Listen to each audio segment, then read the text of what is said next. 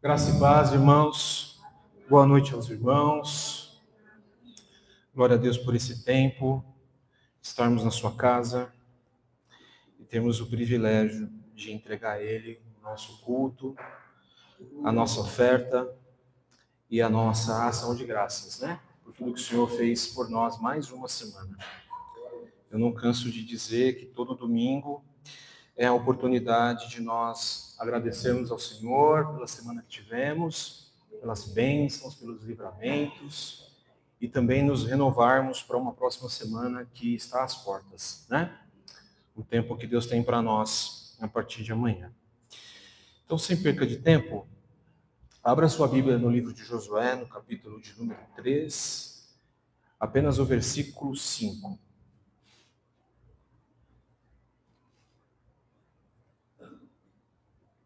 Josué, capítulo 3, versículo de número 5. Eu vou ler na versão NVI. Josué 3, 5.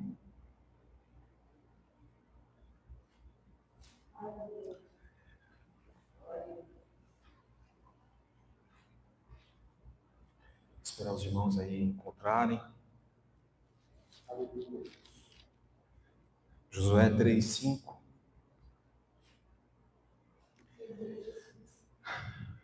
Diz assim a palavra do Senhor: santifiquem-se, pois o Senhor fará maravilhas entre vocês. Eu vou ler mais uma vez. Santifiquem-se, pois o Senhor fará maravilhas entre vocês. Amém? Que Deus os abençoe na leitura, no entendimento e na aplicação da palavra. Amém? O tema da mensagem de hoje é tempo de transição, tempo de santificação. Tempo de transição, tempo de santificação. Irmãos, quando nós nos convertemos ao Evangelho, e você se declara um cristão, e você passa a ler a Bíblia, porque isso é uma coisa automática, eu sendo cristão, eu passo a ler a Bíblia, nós vamos chegando a algumas conclusões. Talvez você vai chegar a essa conclusão alguém te ensinando, talvez você vai chegar a essa conclusão você mesmo tendo a sua capacitação, lendo a Bíblia, ela sendo iluminada para você.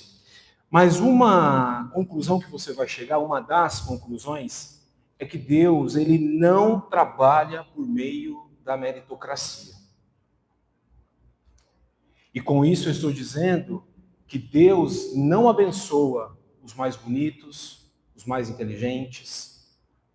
Eu vou reformular. Deus não só abençoa os mais bonitos, os mais obedientes, os mais capacitados, os mais competentes. Não é assim que Deus trabalha. Lá fora, no mundo, no trabalho, nos estudos, é assim que se vence, pelo mérito. O mais inteligente, o mais aplicado, o mais ousado, ele acaba tendo sucesso. Mas Deus vem na contramão disso. E Deus não abençoa por meio da meritocracia. Então, tudo que nós recebemos por graça.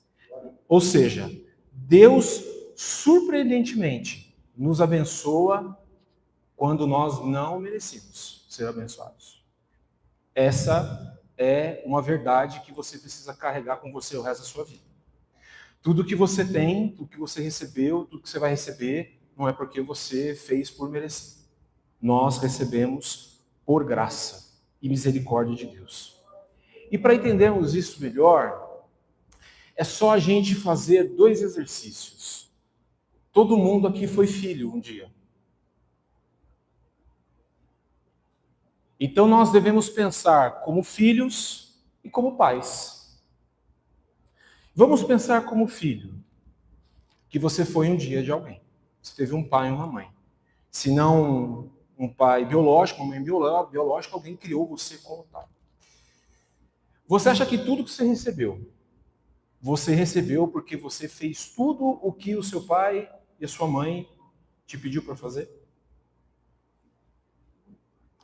Você acha que você comeu, vestiu, dormiu, passeou, ganhou presente, porque você fez tudo exatamente conforme Deus, conforme o seu pai e sua mãe havia pedido? Pensando como pais, para aqueles que são pais, o seu filho recebeu tudo o que você entregou para ele, porque tudo o que você pediu para ele, ele cumpriu à risca? Penso que não. Então eu, como filho, não recebi tudo porque fiz por onde. E como pai, a minha filha não recebeu tudo que recebeu porque ela fez por onde. Ela recebeu por graça, muitas vezes. Por misericórdia, porque o que ela merecia era outra coisa, mas eu fui lá e dei o contrário. Então, para você entender como que funciona essa lógica de Deus, que não é pelo mérito, mas sim por sua graça. Assim é Deus. Nós recebemos mais do que merecemos. E tem uma coisa que, quando eu morava em São Paulo, e nós víamos alguns amigos, e fazia tempo que a gente não se via, uma das coisas que a gente, quando se cumprimentava, dizia, como é que tá as coisas? Aí eu falava assim, pô, bem melhor do que eu mereço. Porque nós entendíamos que o que estávamos vivendo ali não merecíamos e graciosamente Deus estava nos abençoando. Mas o fato de eu e você termos recebido muito de Deus, e nós podemos dizer isso, nessa semana, nesse ano, nesses últimos anos, o fato de eu ter recebido muito de Deus, significa que nós recebemos tudo. Porque uma coisa é eu receber muito de Deus, e isso eu não tenho dúvidas. Mas será que eu e você recebemos tudo o que Deus tem para nos entregar? Será que Deus, no seu plano para as nossas vidas, Ele separou coisas, circunstâncias, lugares, e Ele nos levaria, Ele nos presentearia, Ele nos proporcionaria? Será que esse tudo que Deus tem para nós, aqui enquanto vivermos, já chegou até nós? Ou será que nós estamos naqueles que receberam muito do Senhor e não tudo do Senhor? Há uma grande diferença. Se você é um daqueles que se contenta com qualquer coisa, e glória a Deus por isso, devemos trabalhar o nosso contentamento com relação às coisas visíveis, materiais, ok. Mas nós também devemos sempre pensar que sempre há mais de Deus para nós. E esse há mais de Deus é o tudo. Não é o que Ele tem para o outro que Ele vai dar para mim, não, é o que Ele tem para mim. Aí a pergunta é, Senhor, em 2025, será que eu já recebi tudo que o Senhor tinha para me entregar? Tudo que era para chegar, chegou. As portas que eram para abrir, se abriram.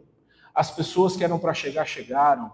As circunstâncias que eram para resolver, se resolveram.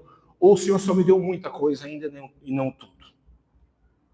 Então, irmãos, será que o fato de eu e você, como filhos e pais, enxergamos nossos filhos por sermos vacilantes, né? Assim como eu fui quando criança, assim quando o seu filho é e você mesmo assim o presenteia, será que isso nos isenta da responsabilidade e achamos que Deus vai nos colocar em todos os lugares que Ele tem para nos colocar, nos abençoar de todas as formas que Ele tem para nos abençoar, simplesmente porque eu e você reconhecemos que somos imperfeitos? Porque eu e você reconhecemos que somos pecadores? Porque eu e você reconhecemos que temos falhas, desvios de caráter, coisas para ser trabalhadas. E está tudo bem, Senhor, somos pecadores mesmo. E Deus vai fazer vistas grossas. E Ele fala, tá bom, filho, eu sei que você é assim, então eu vou te colocar no tudo. Não. Deus pode nos colocar no muito, nas muitas bênçãos. Mas no tudo, não. Será que Deus nos abençoa de forma irrestrita? Restritamente, um limite. Irrestritamente, não há restrições. Essa é uma pergunta que eu também penso que não. A resposta é não. Nós, talvez, não estamos no tudo do Senhor. Nós estamos vivendo apenas o muito. E existem dádivas que Deus nos dá, irmãos, que estão diretamente ligadas à nossa sobrevivência. As bênçãos que recebemos lá atrás, hoje, e as que virão, elas estão ligadas ao zelo de Deus por mim e por você. Está ligado à nossa sobrevivência. Mas existem também bênçãos que Ele nos concede em tempos de transição, tempos de mudanças, tempos de novos ciclos, que exigirão de mim e de você uma postura. Exigirá de mim uma postura totalmente diferente da que eu tenho hoje, e talvez totalmente diferente, e uma posição que eu nunca tive a capacidade de tomar. Porque lembra, Deus é gracioso, não trabalha no mérito. Mas Deus também não é um pai irresponsável, que nos entrega tudo de mão beijada, deliberadamente. Então hoje, irmãos, eu queria falar um pouco sobre transição e sobre santificação, especificamente sobre santificação. E eu sei que não é um tema muito popular para um domingo à noite, porque a gente vem sempre naquela expectativa de ouvir aquilo que nós ansiamos ouvir. Mas glória a Deus, porque a Bíblia nos entrega aquilo que precisamos ouvir. E eu penso que na agenda do Senhor, esse era o assunto que Ele queria trabalhar conosco, falar conosco. Para você que veio, até para aqueles que não vieram. O assunto é esse. A conversa vai ser essa. Então, indo direto ao ponto, irmãos, eu quero fazer um recorte bem específico nessa palavra que apareceu no versículo 5. Eu quero falar sobre santidade. Santidade. Quando ouvimos essa palavra, santidade, automaticamente nós levamos essa palavra para uma outra, chamada santo. Certo? Santidade, santo. Como se fosse derivado, como se fosse um sinônimo. Santidade, santo. A santidade, irmãos, de uma forma bem simples, tem a ver com a forma como eu vivo. Isso quer dizer santidade. É o meu caminhar, é a minha forma de viver. Santidade é uma forma que agrada ao Senhor, é o estilo de vida que agrada ao Senhor. Não tem a ver com o estereótipo, não tem a ver com o jeito como eu me visto, não tem a ver com o jeito como eu falo necessariamente, tem a ver a forma como eu vivo. Santidade é um caminho, é uma jornada que vai fazendo com que a minha vida glorifique a Deus. E ser santo diz a respeito da identidade que eu assumo de ser santo. Eu decidi caminhar num caminho de santidade, e ser santo é uma identidade a respeito dessa decisão que eu tomei. Em forma simples, bem simplificada, é um assunto mais profundo do que isso, mas nós não temos tempo para isso. Mas é isso. Santidade é a forma como eu vivo, e ser santo é a identidade que eu assumo. Então, dependendo do ambiente que você foi criado, evangélico, católico, ou um mix disso aí, eu não sei como foi a sua criação, criação de vida e criação religiosa, quando a gente ouve essa palavra, e dependendo do ambiente onde a gente foi criado, a gente cria alguns pressupostos com relação a isso. Porque se você veio de um estilo muito tradicional, seja da igreja romana, seja da igreja protestante, a gente sempre tende a levar essa coisa de santo à figura do líder, do sacerdote, do padre, do pastor. E parece que é mais responsabilidade do outro ser santo do que minha. Isso é um erro muito grande. São esses pressupostos. Eu suponho que. Isso é um pressuposto. Então, uma das coisas que nós vamos criando como pressupostos é que ser santo significa não possuir pecado. Por isso que a gente nunca ousa viver como. Não ser santo é não ter pecado. Mas há um engano aqui. Porque a Bíblia vem dizer em 1 João 8, diz assim, se afirmarmos que não temos pecados, enganamos a nós mesmos e não vivemos de verdade. Então é mentira dizer que o santo não peca. Não porque o santo está autorizado a pecar, é porque o santo, enquanto está nesse processo de santificação, ele vai errar. Então a Bíblia diz que é uma verdade que foi dita, de que não. De que quem diz que é santo é pecador.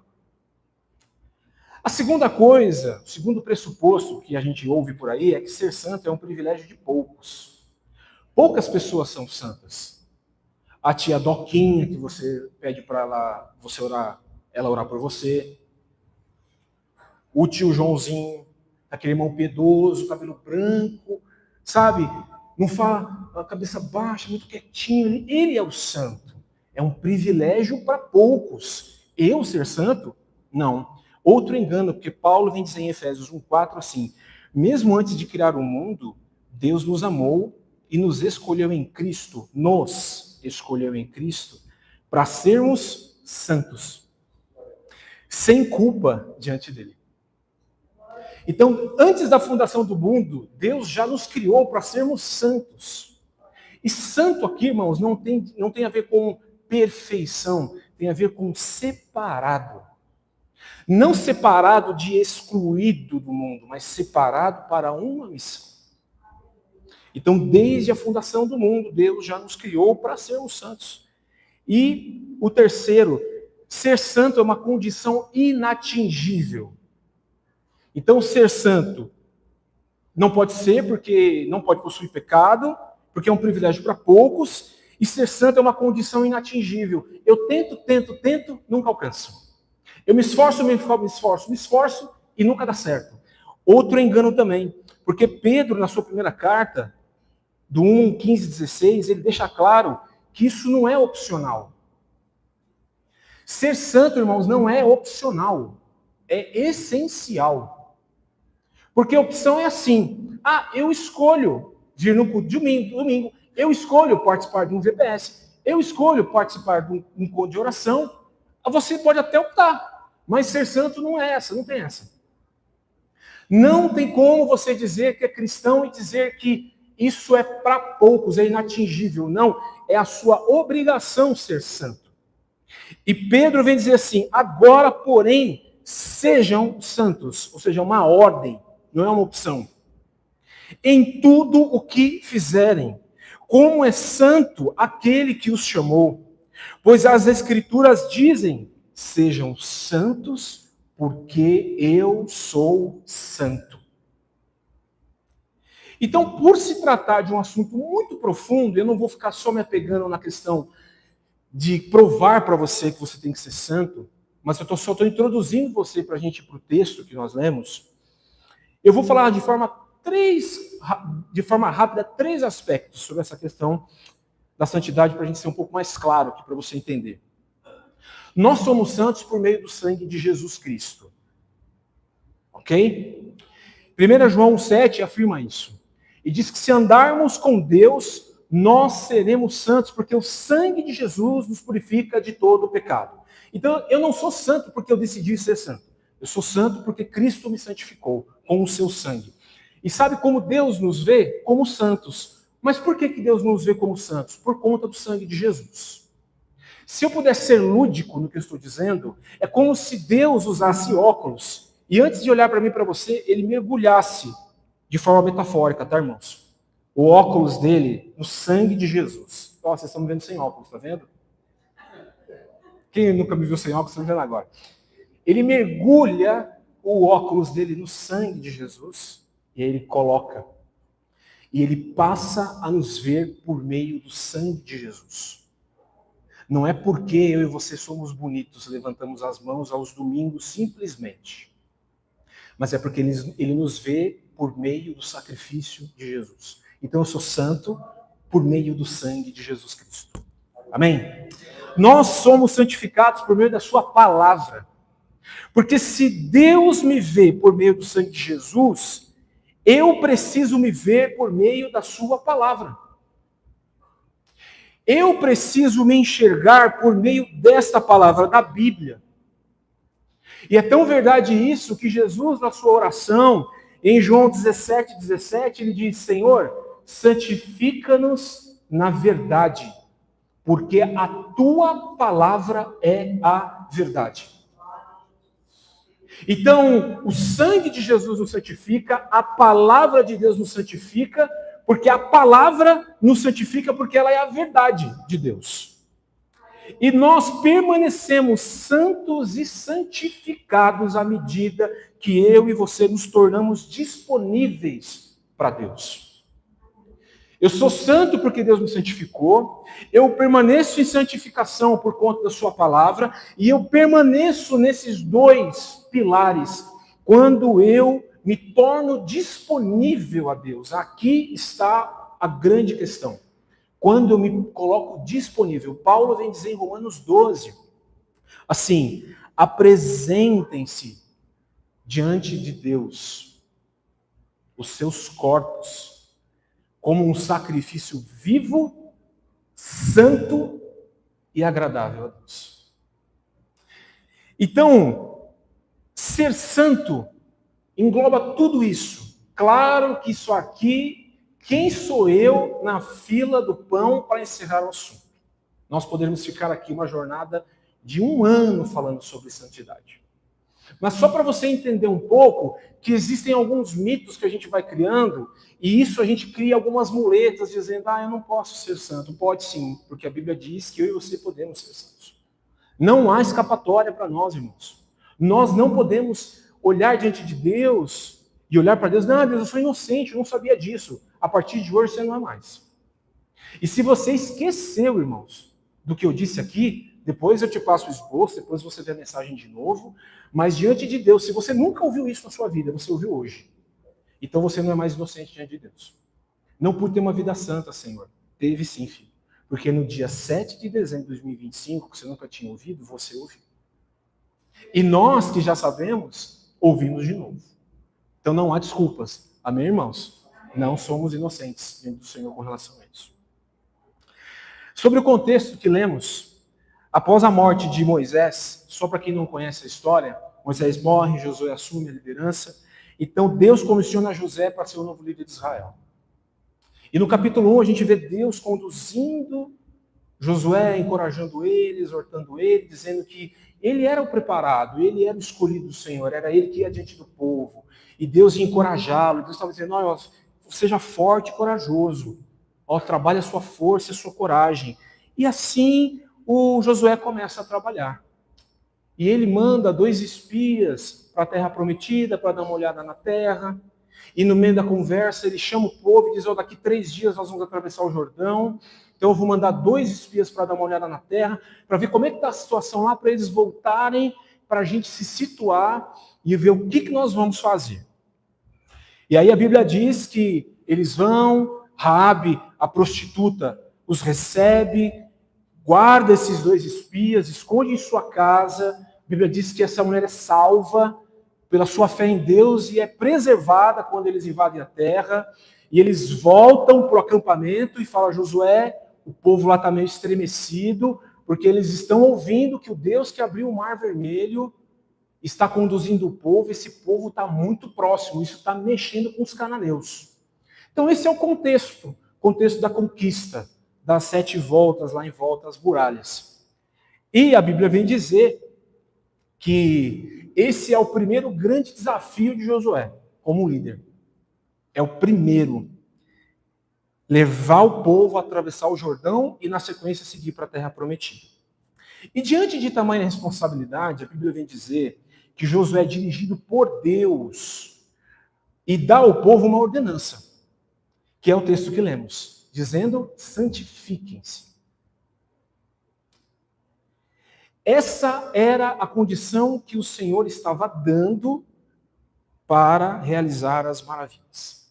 E aqui fica claro que essa era uma condição mesmo. Santifiquem-se, porque amanhã o Senhor vai fazer maravilhas no meio de vocês. Mas antes de fazer as maravilhas, tinha uma condição. Santifiquem-se.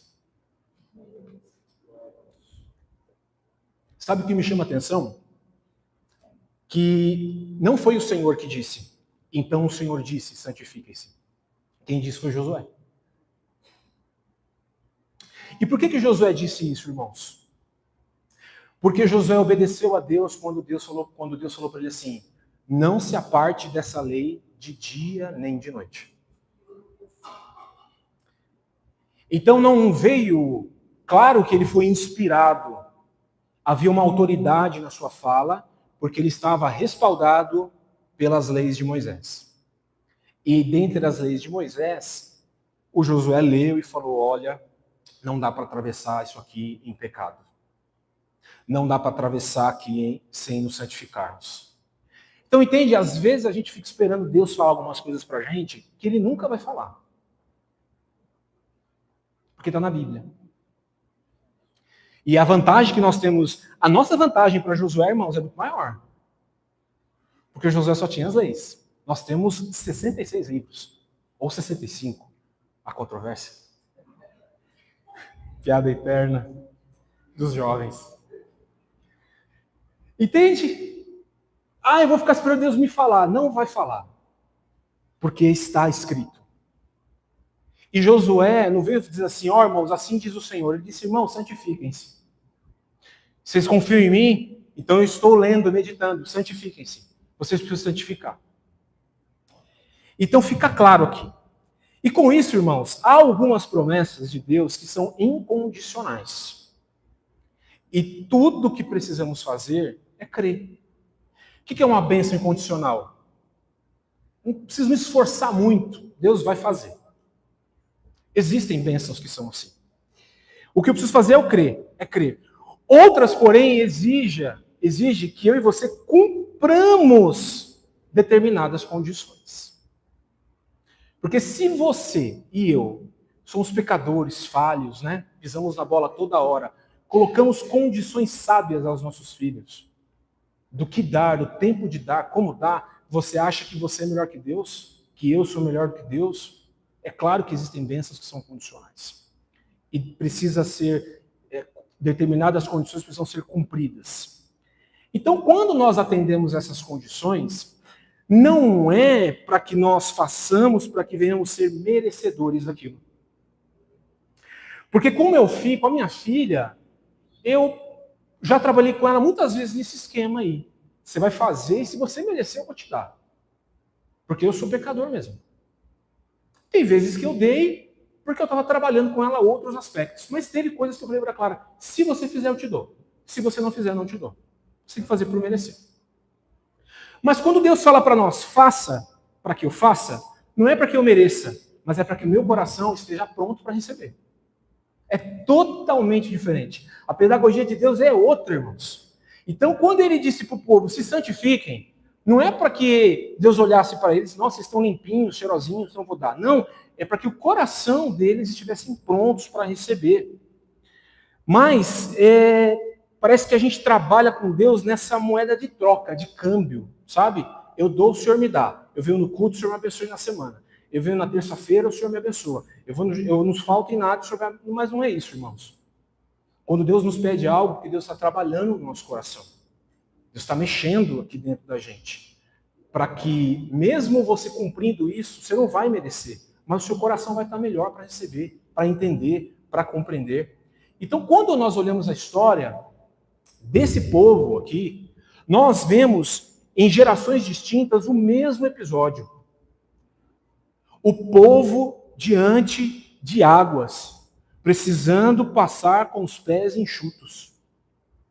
Ora no Mar Vermelho, agora no Rio Jordão. No Mar Vermelho era uma condição de sobrevivência, como eu disse. Eles precisavam fugir, porque senão o exército faraó ia matá-los.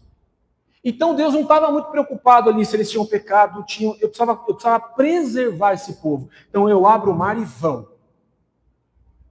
Mas no episódio agora do Jordão, que eles também iam ter que colocar o pé na água para que o rio parasse e eles atravessassem, antes tinha uma condição. E tinha a condição de não apenas crer e avançar, mas se posicionar, se purificar. Se eu posso usar melhor a expressão.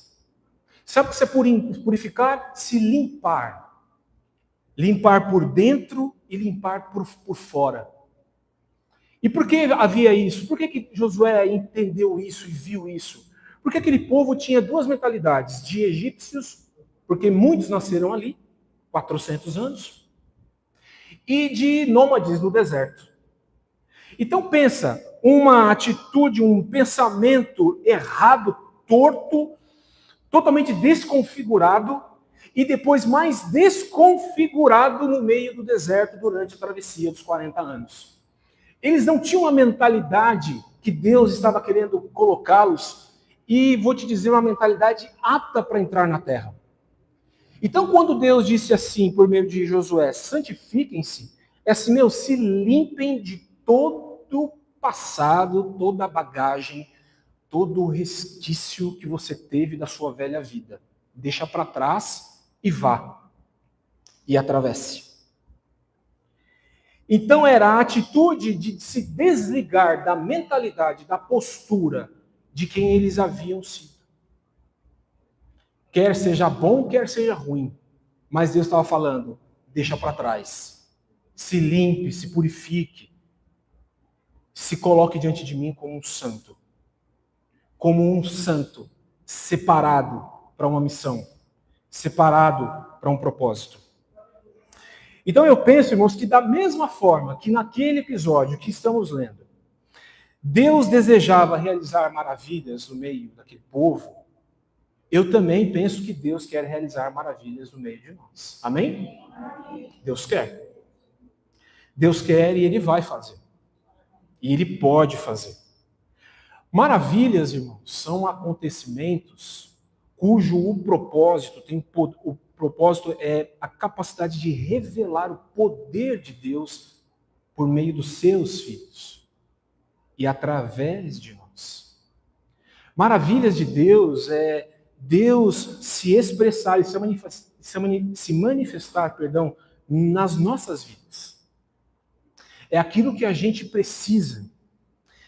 É um livramento, é uma cura, é uma porta, é uma reconstrução, é um começo, é um recomeço, é um fim, mas que vem com uma graça carregada de Deus, para que Deus manifeste em nós a sua glória, e através de nós, que carregamos essa glória, possamos também alcançar outras pessoas.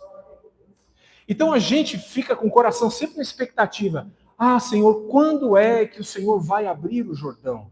Quando é que o Senhor vai deixar eu passar, a fazer essa travessia e passar para que eu chegue de um outro lado, numa nova estação, um novo ciclo, para que eu viva coisas novas? Vai acontecer quando eu e você nos santificarmos. Vai acontecer quando eu e você entendermos quem somos em Deus e o que precisamos fazer. De que forma nós devemos nos santificar para que possamos ver as maravilhas do Senhor? Essa é a grande questão, né? O contexto, segundo alguns teólogos que estudam a Bíblia, dizem que estava ligado ao processo ritual de purificação, que envolveu lavar os seus corpos e suas roupas. Aquilo tinha um simbolismo. Então, eu vou tratar hoje sobre isso, sobre nos limparmos, por dentro e por fora. Porque não adianta só nos limparmos por fora e não nos limparmos por dentro.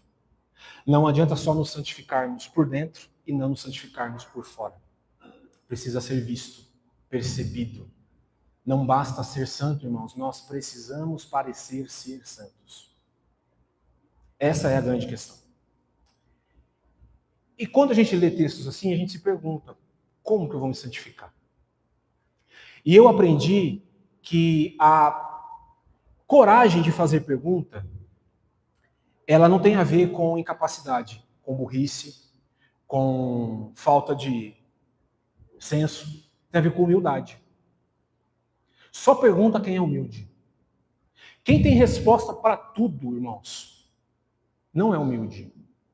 Porque é a pessoa que carrega consigo todas as respostas. Você acha que essa pessoa tem alguma coisa a aprender? Quando ela não se pergunta, o que eu devo fazer? Então, quando a gente olha o texto, a gente se pergunta, tá bom, Deus, mas onde eu devo me santificar? Isso é humildade, irmãos. Nós devemos trabalhar isso em nós. Não sabemos tudo. Então, a gente deve fazer mais perguntas do que dar mais respostas. Então, se para ver as maravilhas de Deus eu preciso me santificar, me purificar, então quais são os aspectos práticos que eu preciso fazer? 3. Eu preciso me posicionar. Guarde isso. Posicionar. Eu preciso me posicionar diante de Deus. Eu preciso me posicionar diante dos homens. E eu preciso me posicionar diante de mim mesmo. Se santificar é se posicionar. E se posicionar diante de mim mesmo, diante dos homens, diante de Deus. Amém? É isso. Diante de Deus, irmãos, nós precisamos nos posicionar. Nós devemos assumir o compromisso de viver diante de Deus conforme Ele deseja que vivamos. E Deus, se posicionar diante de Deus, é o nosso maior desafio. Ele deseja que vivamos assim. E isso se aplica, irmãos, ao mais experiente que está aqui dentro dessa igreja. Eu digo não mais experiente de vida, mas o mais experiente em conversão. Ao mais inexperiente. Do mais experiente ao mais inexperiente. Falando aos mais experientes. E você pode se considerar experiente, dependendo da média aqui, se você tem 5 anos de evangelho e o outro tem meses, você é mais experiente.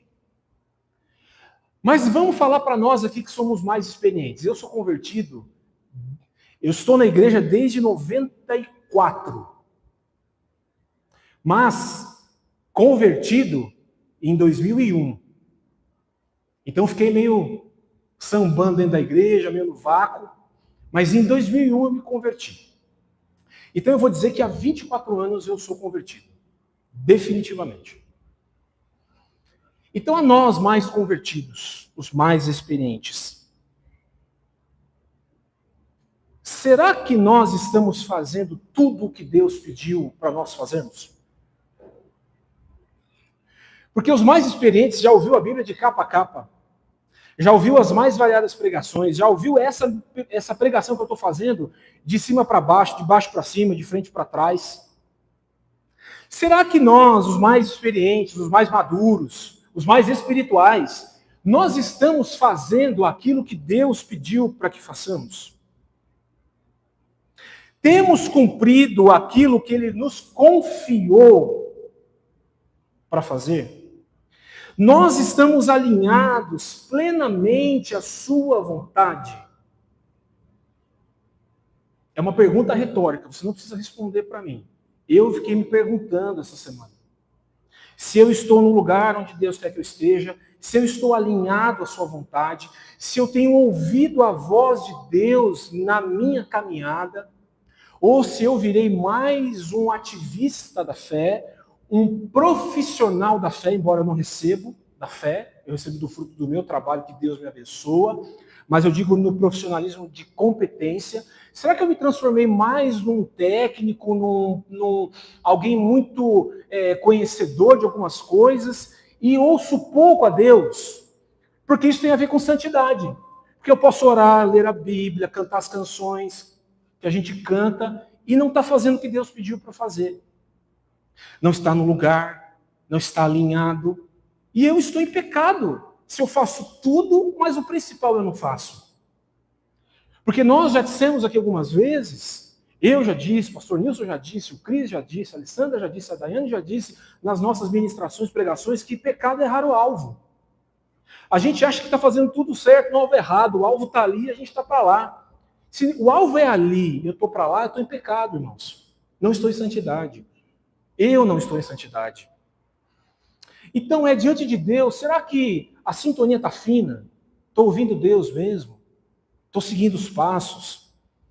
É uma pergunta que a gente deve fazer e é a posição que eu e você devemos tomar diante de Deus. Senhor, eu vou me santificar hoje para que amanhã o Senhor faça maravilhas. E essa é se posicionar diante de Deus. Então você, meu irmão, que é mais experiente, se posicione diante de Deus. Se posicione e fala, Deus, eu vou tomar vergonha. Olha, irmão, desculpa a expressão. Eu vou dizer para mim, tá? Eu vou tomar vergonha na cara. E vou falar, Senhor, eu não posso estar fazendo tudo não te ouvir. Está fazendo porque eu sei, porque eu conheço. Não, eu preciso fazer porque o Senhor está mandando eu fazer. Isso é santidade, irmãos. Isso também é santidade. Agora eu vou falar os mais inexperientes. Você que tem meses de conversão, você que ainda foi, não foi, você que está, mas ainda não entendeu. A pergunta é, até quando, e aí eu vou me dirigir a vocês, e eu não estou dizendo a alguém, mas a alguns, e se não é alguns que estão aqui, alguns que estão no YouTube, eu sei. Mas eu falo isso com muito respeito, de um coração bem pastoral. Até quando vocês vão viver essa vida de sabe ou não sabe, tô ou não tô, vou ou não vou? Até quando vocês vão colocar à frente de vocês mais dúvidas do que certezas daquilo que a palavra já foi exposta para vocês? Você que é menos experiente, é mais inexperiente, você carrega consigo mais dúvidas do que certezas. Até quando? Até quando você vai viver essa vida sem graça, xoxa, uma vida religiosa, talvez, aonde é Jesus e mais alguma coisa? Não é só Jesus. Porque tem gente que faz assim, é Jesus e mais o fulano de tal. É Jesus e mais fulano. E com isso eu não quero desrespeitar a Igreja Romana, tudo certo, respeito os meus irmãos católicos lá. Mas nós que estamos num contexto protestante, entendemos que Cristo é suficiente. Então não é Jesus e mais alguém. Se até o Papa atual, disse esses dias que Maria não é a corredentora, quem sou eu para brigar com o Papa? Então não é Jesus e mais alguma coisa. Não é Jesus aqui e amanhã eu apelo para lá. Não é Jesus ali e amanhã eu corro para outro. Não é Jesus e mais o pastor do YouTube. Não é Jesus e mais o coach. Não é Jesus e mais a autoajuda. Não é Jesus e mais a sua inteligência. Não é Jesus e mais os pastores dessa casa. Porque tem gente que corre mais para os pastores da casa do que para Jesus. E está errado. Pronto, falei. Está errado, eu não resolvo o seu problema, o pastor Nilson não resolve o seu problema, a pastora Daniela não resolve o seu problema, a Alessandra não resolve o seu problema. Ninguém resolve o seu problema aqui. Então não tem que ser Jesus mais eu, Jesus mais nós. É Jesus, irmãos. Então até quando vai ficar nessa?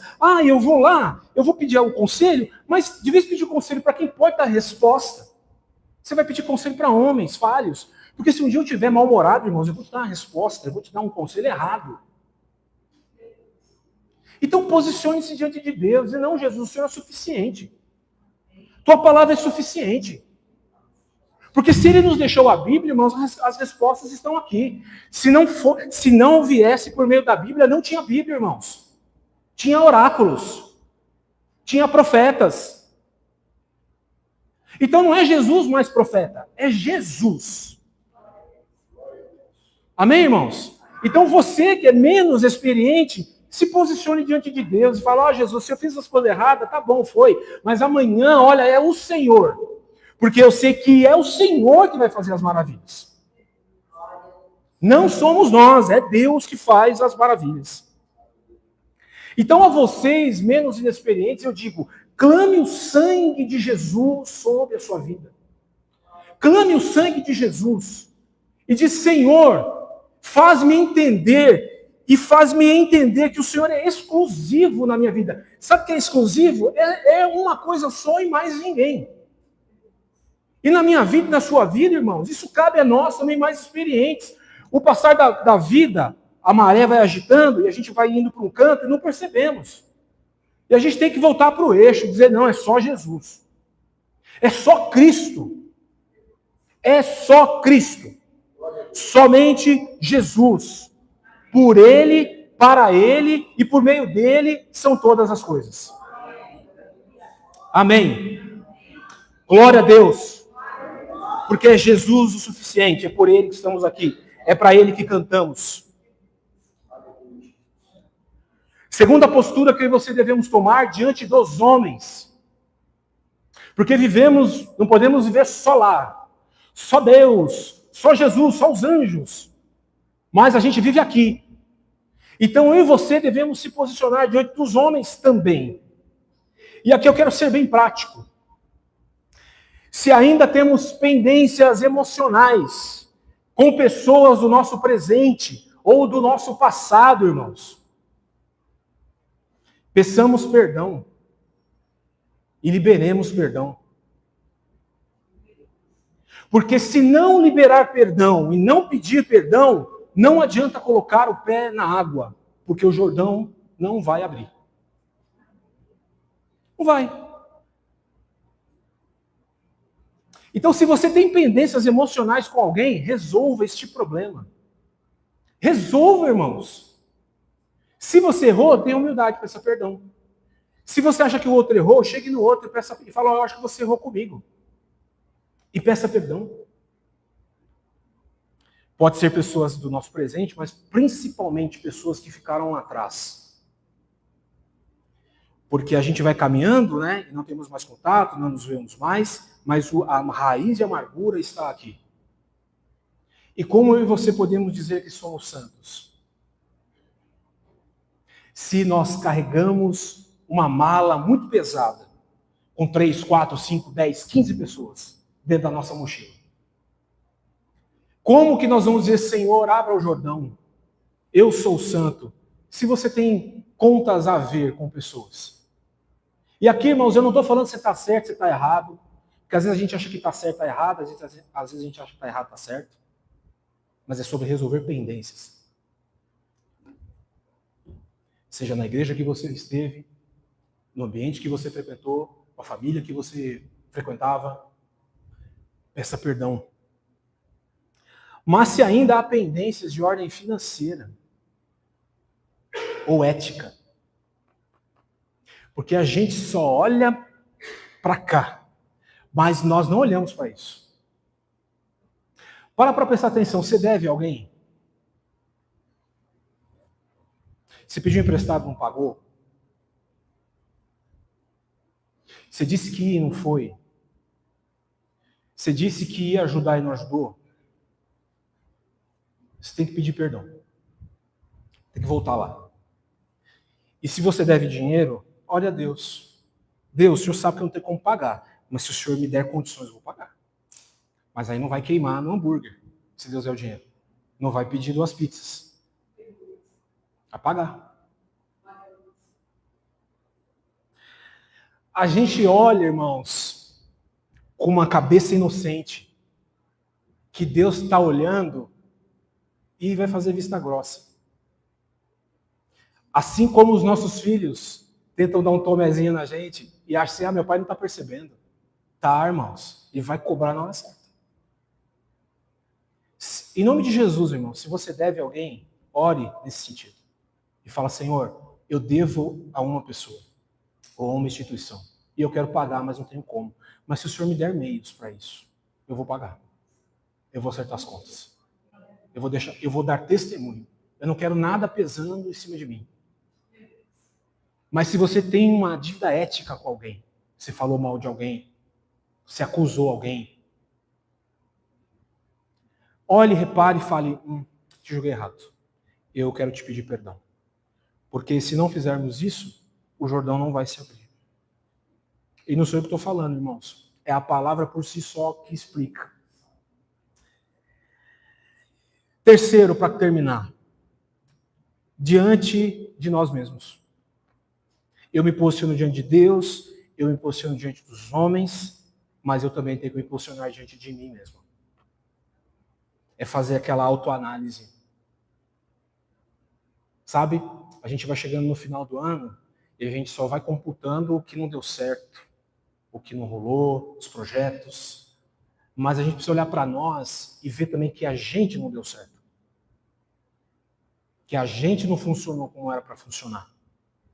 Então, se existem ainda em mim e você compartimentos fechados dentro do seu coração, dentro da sua mente, está na hora de abrir. Sabe a caixa preta do avião? Abri-la. E a palavra de Deus para essa noite é: santifiquem-se. E você não tem desculpa mais para dizer santificar-se é algo muito difícil. Não é porque nós lemos os textos aqui. Santifiquem-se. Colocar a casa em ordem. Colocar você mesmo em ordem. Então, irmãos, inveja, maledicência, mau testemunho,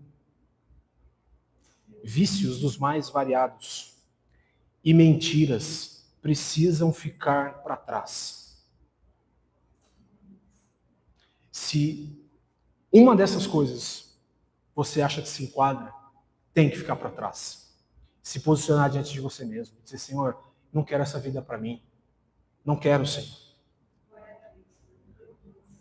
A gente é muito viciado em muitas coisas e não percebemos. Eu estou falando de vícios. Não estou falando do vício X ou Y. A gente é viciado e não se percebe. Essa semana estávamos conversando em casa. E eu e a Alê estávamos conversando e eu falei para ela algumas coisas e eu pude olhar para mim e dizer, cara, tá mal. Vocês querem saber? Eu não vou falar. Mas fique tranquilo, irmãos. Não é nada que vai dar mau testemunho. Mas vício é vício. Às vezes, irmãos, a gente faz o sinal da cruz quando vê alguém bebendo cerveja. Faz o sinal da cruz quando vê alguém bebendo álcool. E classifica isso como vício. Isso é vício. Um cara fumando. Eu não vou entrar no mérito da questão aqui. Mas se eu e você, que somos mais inteligentes, né, seu Olímpio? Somos inteligentes. A gente sabe que quando a gente fala assim, não, você não pode beber. Porque a bebida tem a ver com o que faz com o teu corpo. O mal que causa para o teu corpo. Todo mundo sabe aqui que álcool em excesso faz mal. Mas se a sua interpretação sábia e correta dizer que é isso mesmo, de que nós não bebemos porque o álcool nos faz mal, por que isso não vale para o bacon? Por que isso não vale para a gordura do vatapá? Para o excesso em arroz? Para a lata de leite condensado? Porque se beber é não beber porque vai fazer mal para o meu corpo, eu sou templo do Espírito, e porque eu como igual um cavalo? Desculpa o termo. Como igual um animal desenfreado. E não é pecado? Você acha que Deus fala, esse é porque quem plantou a cevada foi o diabo. Quem plantou a cana foi o diabo. Não, irmão, foi Deus. Criação. A gente come igual um desesperado. Eu não estou acusando ninguém, não. Estou dizendo de forma geral, genérica. A gente come, aí acusa o irmão que bebe. Ou o outro que bebe. Mas a gente está comendo errado. E não se posiciona diante de Deus, diante de si mesmo. Cuidado com o seu corpo. Cuidar do seu corpo é viver de forma santa, que agrade ao Senhor. E eis aqui o que vos fala que gosta de comer. Eu gosto de comer. O seu Olímpio até me deu um prêmio esses dias, né, seu Olímpio? Sabe, irmãos, a gente não pode ser hipócrita. Não cuida do corpo, come errado, dorme mal, não faz exercício. É uma posição diante de si mesmo. E dizer assim, não, Senhor, eu vou me posicionar, vou cuidar do meu corpo. É uma forma santa e digna de se viver. Mas a gente não para prestar atenção nisso. A gente não para. Irmãos, a gente precisa deixar a soberba, achar que a gente sabe tudo. Todos nós flertamos com a soberba, principalmente aonde você domina. O assunto que você conhece. Que a gente não flerte mais com a soberba. Que a gente fala, Senhor, que o Senhor cresça e eu diminua. Eu acho que sei, mas se eu cruzar com o outro na esquina, ele vai me dar um banho e ele vai mostrar para mim que ele sabe muito mais do que eu. Então a soberba, irmãos, o orgulho. O orgulho, irmãos, é terrível. E Salomão vem dizer que precede a queda. Gente orgulhosa não sabe ouvir conselho, não sabe ouvir uma dica, não sabe Sabe, dizer, você errou aqui, não tá bom aqui, pessoa orgulhosa. Ô, irmãos, isso vai levar a gente à queda. E se você não sabe, foi por conta desses pecados que Jesus morreu na cruz, sabia? E quando eu sou orgulhoso, soberbo, como igual um desenfreado, bebo mais do que o carro, enfim, faço um monte de coisa errada, irmãos, eu estou trazendo à vida aquilo que Jesus sepultou na sua morte. Eu estou desonrando o Senhor. Nós estamos desonrando o Senhor. Não podemos viver assim, irmãos. A palavra de Deus hoje é santifiquem-se, porque amanhã eu vou fazer maravilhas no meio de vocês, mas nós precisamos nos santificar diante de nós mesmos. Um compromisso que a gente faz com Deus. A nossa personalidade, nosso temperamento não pode ser imunidade para a gente fazer o que quer, falar o que quer. Não pode. Nosso caráter, nosso comportamento e nosso temperamento precisa ser dominado pelo Espírito Santo, Senhor. Não pode ser álibi para a gente fazer as coisas. Mas tem que dizer, Senhor, eu sou isso aqui, mas em Ti eu vou ter isso aqui controlado, dominado. Santificar-se, se posicionar diante de Deus, eu me posicionar diante de Deus. Irmãos, em nossa caminhada, nós vamos ter muitos rios Jordão para atravessar. E hoje nós estamos diante de um. Que pode ser para você amanhã, essa semana, esse ano, ano que vem. Vai chegar o dia, irmãos, que Deus vai falar, vamos atravessar o Jordão? Vamos. Mas precisa colocar a casa em ordem. Nós precisamos, irmãos. A travessia, ela nunca é simples. Ela vai exigir um monte de coisa. Esforço, renúncia, fé. Mas antes disso, vai exigir de nós uma vida santa. Todos nós que estamos aqui somos convocados nessa noite para sermos santos. Eu queria que você se colocasse de pé. Há uma palavra do Senhor para nós essa noite. O louvor pode subir.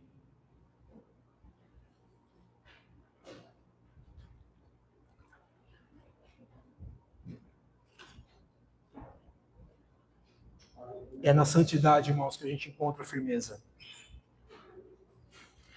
E Deus nos chama a sermos santos. Eu queria que apagassem as luzes, por gentileza. Nós fazemos uma oração. E se essa palavra comunicou seu coração de alguma forma, que nós fizéssemos uma oração diante do Senhor nessa noite. De dizer, Senhor, olha, eu me identifiquei naquele ponto que o Fernando falou. Eu me vi ali, eu me reconheci ali, me foi revelado ali, Senhor. E eu quero que o Senhor me ajude. Porque lembra, como dissemos, somos santificados por meio do sangue de Jesus. Então isso já está à nossa disposição. E eu queria fazer essa oração com você, antes de nós cantarmos. Mas que você fizesse essa oração, você diante de Deus. Peço que você feche os seus olhos, que você concentre-se no Senhor e em você. E pedisse que o Espírito Santo, de forma rápida, porque ele tem essa capacidade de forma rápida, mas muito objetiva, trazer à luz ao meu e ao seu coração os pontos que nós precisamos nos santificar. Espírito Santo da verdade, Espírito Santo da justiça, Espírito Santo do juízo, Espírito Santo que nos consola, que nos ilumina, Espírito Santo que nos conforta, Espírito Santo que nos desperta, Espírito Santo que nos abraça, Espírito Santo que nos conduz, Espírito Santo que nos revela, Espírito Santo que nos chama para perto. Nós oramos nessa noite, na autoridade da palavra, na autoridade do nome e do sangue de Jesus Cristo. Nós oramos para que sejamos iluminados nessa noite pelo Teu Espírito Santo, para olharmos para o nosso coração, mas essa luz não vem de nós, essa luz vem do Senhor. Que o Senhor nos ilumine, que o Teu Espírito Santo ilumine o nosso coração para enxergarmos as nossas mazelas, as nossas misérias, os nossos pecados. Que o Teu Espírito Santo ilumine e nos faça enxergar as nossas debilidades, as nossas fraquezas, os nossos pecados disfarçados de virtudes, os nossos pecados disfarçados de competência, os nossos pecados disfarçados de troféus e méritos. Senhor, nós queremos nessa noite colocar tudo ao chão. Queremos nessa noite colocar todas as nossas falhas ao pé da cruz. Que foi na cruz que o Senhor morreu para levar toda a nossa injustiça, todo o nosso pecado, toda a nossa fraqueza, toda a nossa falha, desvio de caráter, de personalidade. Senhor, nós te pedimos no nome de Jesus Cristo, vem nos santificar, Senhor. Vem nos santificar, Senhor, pela Tua palavra. Vem nos santificar, Senhor, perante um posicionamento que nós devemos ter diante do Senhor, mas nem isso sozinhos nós temos capacidade. Nós precisamos do Senhor. Nós precisamos do Teu Espírito Santo. Nós precisamos de Ti, Senhor. Até para isso, Senhor, nós precisamos do Senhor. Por isso, Senhor, pega-nos pelas Tuas mãos e nos leva à Tua presença, Senhor. E quebranta o nosso coração, Senhor. Tira do nosso coração toda a dureza. Tira dos nossos olhos, Senhor, toda a escama que nos impede de ver, Senhor. Tira toda a cegueira, toda a nuvem densa na nossa mente, Jesus, que nos traz ignorância e por consequência o pecado, a falha, Senhor. Mas vem com o Teu Espírito Santo, da palavra, da verdade, e nos limpa, Senhor. Nós queremos ser santos. Senhor, eu sei que diante de nós existe um Jordão a ser aberto. Diante de nós há um tempo de transição. O Senhor quer nos levar para um lugar novo, Senhor. O Senhor quer nos levar para um novo tempo, para uma nova estação, mas não tem como experimentarmos isso se o Senhor não nos santificar, Senhor. Nós não experimentaremos essa nova fase se antes nós não nos santificarmos. Por isso nós oramos nessa noite, para que o Teu Espírito Santo nos conduza, Senhor, a sermos Teus, meu Pai, a nos rendermos diante do Senhor, sabendo que o Senhor é quem faz todas as coisas por nós. É o Senhor quem nos santifica, é o Senhor quem abre o Jordão, e é o Senhor que faz as maravilhas que precisamos viver, Senhor, nesta terra. Que o tudo do Senhor possamos viver por meio de uma vida santa, agradável e que louve ao Senhor de coração, Deus. É no nome de Jesus, Pai, que nós fazemos essa oração e te agradecemos, Deus. Amém, Senhor. Amém.